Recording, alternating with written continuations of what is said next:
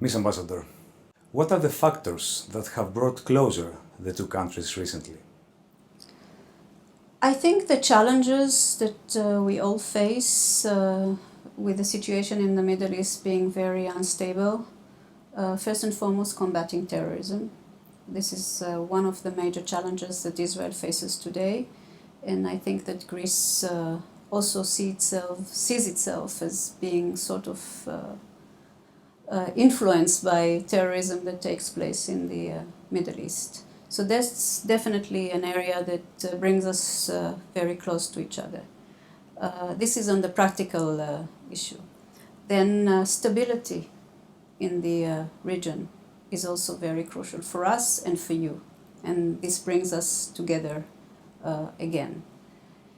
And thirdly, I think that common heritage and democratic values. There are not many countries in this region that have common heritage and democratic values as a very important basis of their civilization and governance, let's say. So we try to be closer to countries that are very similar to us in this respect, and Greece is definitely one of those. Was the rupture between Israel and Turkey decisive towards this direction?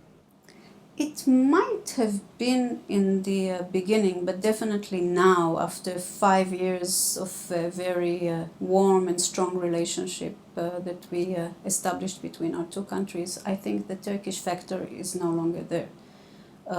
Both sides have been very confident now with their bilateral relations. We see the benefit for both of our countries of having good relations between Israel and Greece, and the Turkish factor is no longer there.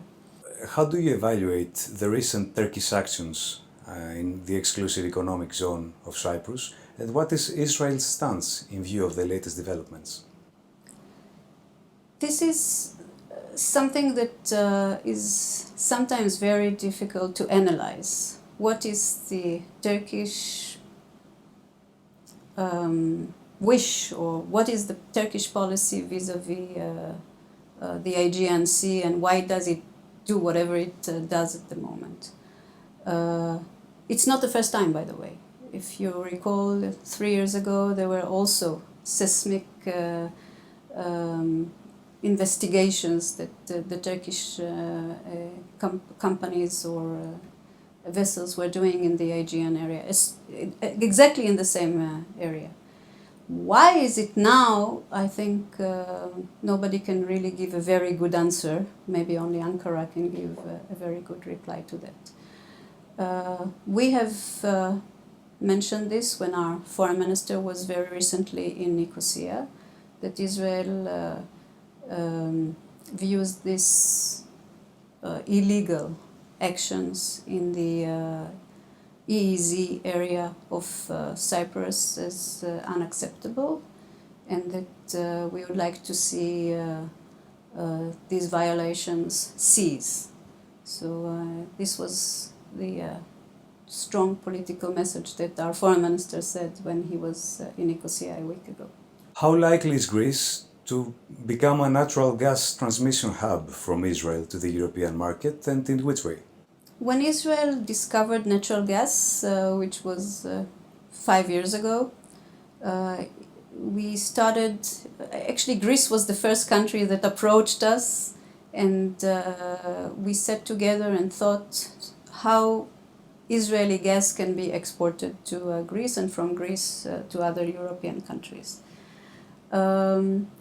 I think that at the end of the day, there will be export from Israel to Greece, Greece being a hub, or Greece for its own consumption.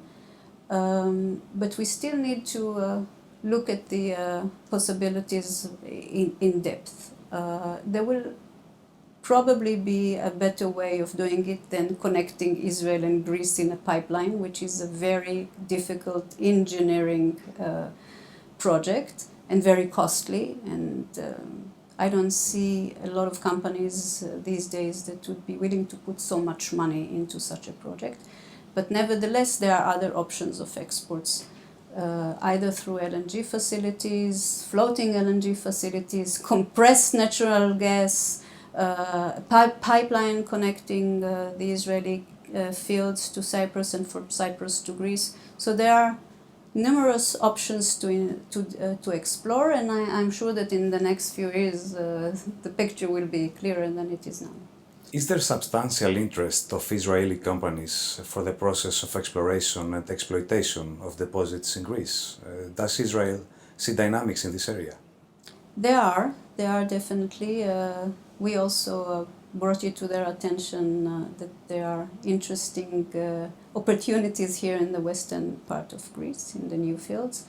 There are already initial discussions between Greek company and Israeli company, and I really hope to see Israeli involvement in the drillings here in West Greece. Is Greece now a stable and fruitful place for investment, according to the prevailing view in Israel? If not, what do you think that potential investors are waiting to see so as to take initiatives in the Greek market? First and foremost, I'm sure that the Israeli potential investors are looking closely now at Greece. I've encouraged the National Asset Management to go to another round of roadshow to Israel, to expose the Israeli companies to whatever can be of interest to them here. It can be in the tourism sector, it can be in the infrastructure sector, etc. And the other thing is that Israel is a small country. When there's news about good investment that was a successful one by an Israeli company here in Greece, everybody will know about this, and you will start seeing more and more companies coming. We need one very success story here in Greece, and then the others will follow. So more information and one success story will probably attract other investors to come. Thank you, Ms. Ambassador. Thank you.